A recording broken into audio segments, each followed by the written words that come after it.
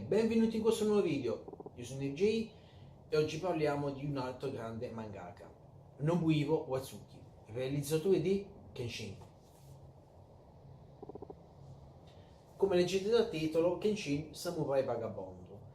Tra i tanti fumetti parlati sui samurai erranti, sui ronin, non poteva mancare il capo dei samurai, Kenshin.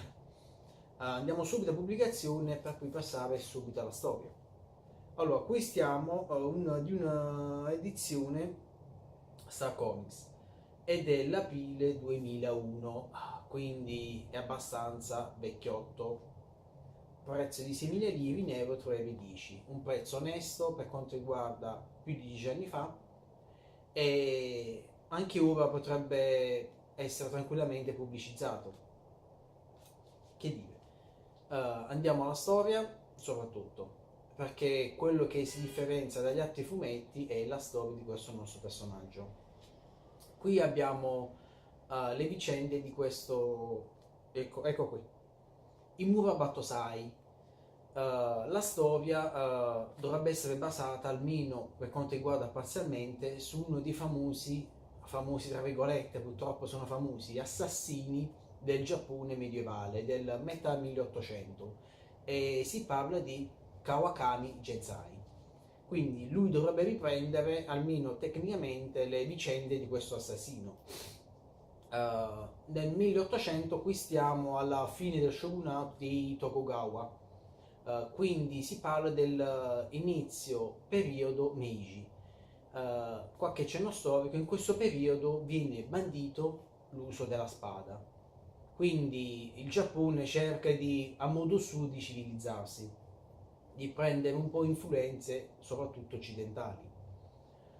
Quindi immaginate, per un samurai che viveva per l'imperatore, per il suo feudo, per i suoi soldati, essere beccato di girare con la spada, cosa poteva passare. In questa nuova epoca però il nostro Imura Battosai si converte al bene e diventa Kenshin. Qual è la figura che caratterizza Kenshin? È la sua spada a lama invertita. Che significa? Il taglio della lama, invece di essere dal lato fendente per colpire, è praticamente sul lato opposto.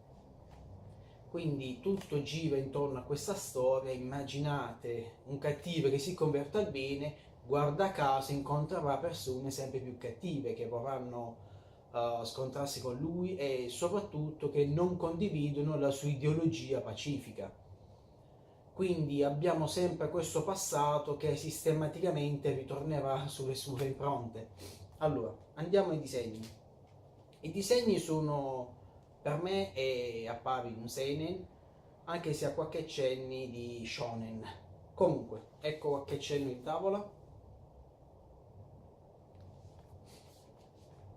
È uno stile abbastanza, tra virgolette, sporco, e ci sta bene così perché va bene per il tratto dell'epoca, va bene anche per i combattimenti dinamici tra samurai, spade veloci, magari qui abbiamo fendenti a Mark 3, immaginate.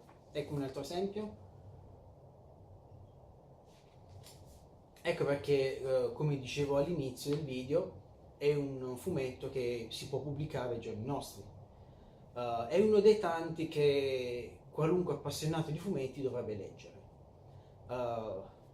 Spero che molti di voi riusciranno a procurarselo, anche se è abbastanza vecchiotto. Questo è Kenshin e ciao, e ci vediamo al prossimo video.